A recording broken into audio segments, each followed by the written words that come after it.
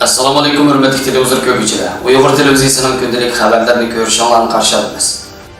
Urumchi shahrida 5G to'l qurilishining ishga kirishtirilishi diqqat qo'zg'adi. Shvetsiya parlamentiga Sharq Turkistondagi jazo lagerlariga qarshi qaror ma'qullash loyihasi sunildi. Yaponiya shirkatlarining atalmish Şinjan paxta mahsulotlari e'loni tanqid kuchirdi. Kunjutning odam badaniga bo'lgan shifoli roli. Tövəndə ixtilaf xəbərlərimizdən təfsili məzmunlardı bolsa. Erkin Asiya radiosu xəbəri. Xitayning Xinhua agentliyi tarqatgan xəbərə qaraganda 31 oktyabr gündən etibarən Urumchi şəhrində 5-ci avlod köçmə aloqachiligi, ya'ni 5G tor qurilishi ishga kirishgan. Buning bilan Urumchi shahri Xitoy bo'yicha 5G tor davriga kirgan dastlabki 50 shahar qatoridan o'rin olgan. Mazkur xabar chet ellardagi kuzatuvchilarning diqqatini qo'zg'adi. Chunki 2016-yil Xitoy hukumatining qarori bilan faqat Sharq Turkistondagi abonentlarning yanfon tor surati ostilatib 4-avloddan 3-avlodga tushirilgan edi. Shuning bilan masqadamda doiralar yana aloqa tor axborot uchurlari mulozimatini boshqarish belgilamasini e'lon qilib, Sharq Turkistondagi internet va yanfon qo'llanuvchilari qaratgan nazoratni mislsiz kuchaytgan. 2017-yildan boshlab lagerga tutqun qilinganlarning tutilishiga undidorda ham berilgan odatlik yo'llanmalari, telefon aloqalari va ko'rgan videolar qatorliqlar bahona qilingan. Chet ellardagi Uyg'ur kuzatuvchilarining qarashicha, Xitoy hukumati Sharq Turkistonda 3 milliondan ortiq Uyg'ur, qozoq qatorliq yerlik millatlarni lagerga qamashni, lager sirtidagilarning mutlaq kontrol ostiga olishni ishga oshirib bo'lgandan keyin Urumchi shahrida internet tor suratini o'rlatishi diqqat qo'zg'agan.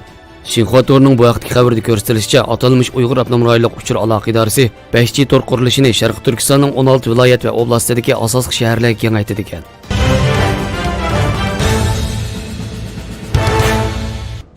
Shvetsiya parlamentining torbetlarida kuchurlarda ma'lum bo'lishicha, Shvetsiyada hokimiyat beshi turayotgan eng chong partiyalardan biri bo'lgan Sotsial Demokratlar partiyasining parlamentdagi a'zolaridan Sarkan Köse va Thomas Hamberi qatorliqlar Shvetsiya parlamentiga Xitoyning Sharq Turkistonda ta'sis qilgan jazo lagerlariga qarshi qaror ma'qullash to'g'risida rasmiy doklad sungan. Shvetsiya Uyg'ur ma'rif uyushmasining raisi Nijat Turg'un apandining bildirishicha, mazkur loyiha bu yil dekabr oyiga qadar parlamentda 4 qatim mulohiza qilinib, oxirida 7 partiyaning muzokarasidan o'tdi ekan.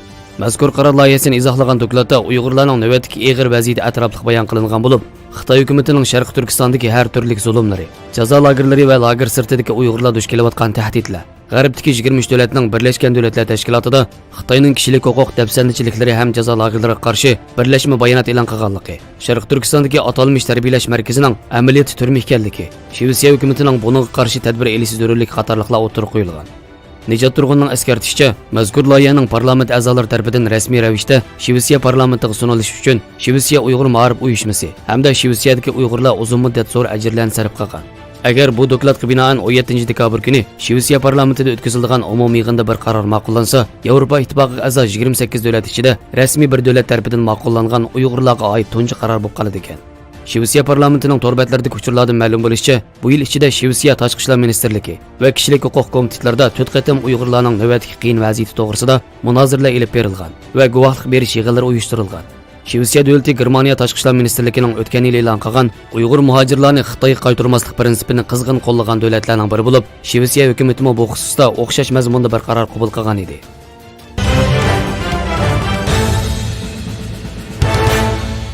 Muji va Yonuliko Yaponiyaning danglik kiyim-kechak markalari bo'lib, navbatda bu markalar paxta mahsulotlarining Sharq Turkistonda ishlab chiqarilganligi ma'lum bo'lgan bo'lib, ikki shirkatning torbetidagi o'zlarining kiyim-kechak mahsulotlariga doir e'lonida ko'rsatilgan. Bu ahvolning Xitoy hukumati lagerdagi Uyg'urlarni va ularning lager sirtidagi oila a'zolarini rayondagi Xitoy paxta shirkatlarida yoki to'qimchilik korxonalarida haqsiz yoki intayin oz haq bilan majburiy emgak silayotganligiga doir uchurlar dalillar bilan oshkorlangan. Yaqinda Amerika Tamojna va chegara qo'g'dash idorasi Xotendagi Dayda kiyim-kechak hassadorlik cheklik shirkatining mahsulotlarining Amerika bozoriga kirishini cheklagan. Avstraliyadagi Target, Cotton 10 nomli ikki shirkat o'zlarining Sharq Turkistonda ishlab chiqarilgan paxta mahsulotlarini import qilishni to'xtatganligini e'lon qilgan. Yaponiya Muji shirkatining to'g'ridagi e'londa Mujining Oxford markali ko'ylak tonishtirilib, Mujining Xinjiangda inchkilik bilan qo'lda uzilgan organik paxtadan ishlab chiqarilgan Oxford erkaklar ko'ylagi pokiz loyihalangan ham yumshoq, ham salqin mahsulotlar deyilgan. Yonikoloning to'g'ridagi e'londa bo'lsa, ularning erkaklar ko'ynikining suftining isilligi bilan danglik Xinjiang paxtasida ishlab chiqarilganligi ta'kidlangan. Ryohun Kyako Mujining Yaponiyadagi ana shirkati bo'lib, mazkur shirkat texi bu yil 8 avgustda belgilama chiqarib, shirkatning qarmog'ida kishilik huquq komiteti qurgan. Ular belgilamasida majbur emgak chetishlik har qanday bir mahsulotni setish va sotib olishning cheklanganligini e'lon qilgan edi. Navbatda Muji va Yonikoloning Xinjiang paxta mahsulotlariga doir e'loni kishilik huquq tashkilotlarining diqqatini qo'zg'agan. Amerikadagi Puhralar kuchi nomli Xitoy kishilik huquq tashkiloti Sharq Turkistondagi paxtazorlik va to'qimchilik korxonalarini kuzatib kelayotgan organ bo'lib, bu yil avgust oyida yolg'onchilikning gazmali paxta, Xinjiangdagi majburiy emgak va Xitoyning yer shari ta'minot zanjiri sarlavhalik doklati e'lon qilib, dunyoda zo'r g'ulg'ul qo'zg'agan. Doklatda 2014-yildan beri Sharq Turkistonga 2200 to'qimchilik korxonasining o'rnashganligi, ularning ichidagi Huafo moda kiyimlari, Lutay to'qimchilik shirkati qatorliq korxonalarning Target, Blueberry, Calvin Klein, Hugo Boss, Armani qatorliq xalqaro shirkatlarni mahsulot bilan ta'minlayotganligi, Xitoy hukumatining 2018-yili 450 ming Uyg'urni bu korxonalarga o'rnashtirganligi, ularning ko'p qismining lagerdagi tutqun qilingan yoki qamoq hukm qilingan mahbuslarning urug' tuqqani, shundaqla yo'qsul Uyg'ur oilalar ekanligi ta'kidlangan.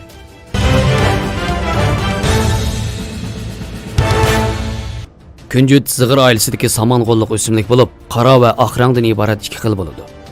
Ko'p holda doriq ishlatiladi. Tabiati ikkinchi darajada ho'l issiq. Shifoliq roli badanni samartish, sut va mani ko'paytirish, bahni quvvatlash, hayz ravonlashtirish, bovasir qinini to'xtatish qatorliq xususiyatlarga ega bo'lib, yo'tal, ziqqa, gali yirikligi, bovasir, har xil ishiq, suydik tutilish, suydik temib kelish, hayz tutilish va oshqozon og'riqi qatorliq kasalliklarga ishlatiladi. Ammo uzunda singadi. Kunjutni suvda ezib, uningga seriq may qo'shib ishlatilsa yoki 6 gram kunjutni 1 gram yong'oq meg'iz bilan aralashtirib iste'mol qilsa, bovasirning qinini to'xtatadi. Kunjutni so'qib, uningga qora shakar aralashtirib, ko'malash tayyorlab yegizilsa, suydik temib kelishni yaxshilaydi. Kunjutni ezib, shirinini chiqarib, navat qo'shib iste'mol qilsa, oshqozon og'riqi, oshqozon zardisi qaynashni yaxshilaydi. Shu tariqada davomli bir qancha kun iste'mol qilsa, oshqozon va uchayni yumshatadi. Do'saqdagi toshni yo'qitadi. Kunjutning qaynatilgan suyini noqit bilan ichsa, hayzni ravonlashtiradi. Kunjutning qaynatilgan suyidan 60 ml ga 30 gram vasalg'uchilangan suv, 15 gram rum badiyan suyi qo'shib, noshtada ichib olsa qon buzilish, manbalik qichqoqni yo'qitib, terini yumshatadi, teri yiriqligini yo'qitadi. Kunjut bilan zig'irni qo'shib, so'qib qaynatib, kindik ostiga tangsa, balyat qishqini yondiradi. Nonning yuziga sepibmi iste'mol qilinadi. Xabarlarimizni ko'rganingizga rahmat. Ko'rishguncha omon bo'linglar. Xayr xo'sh. Allohga omonat.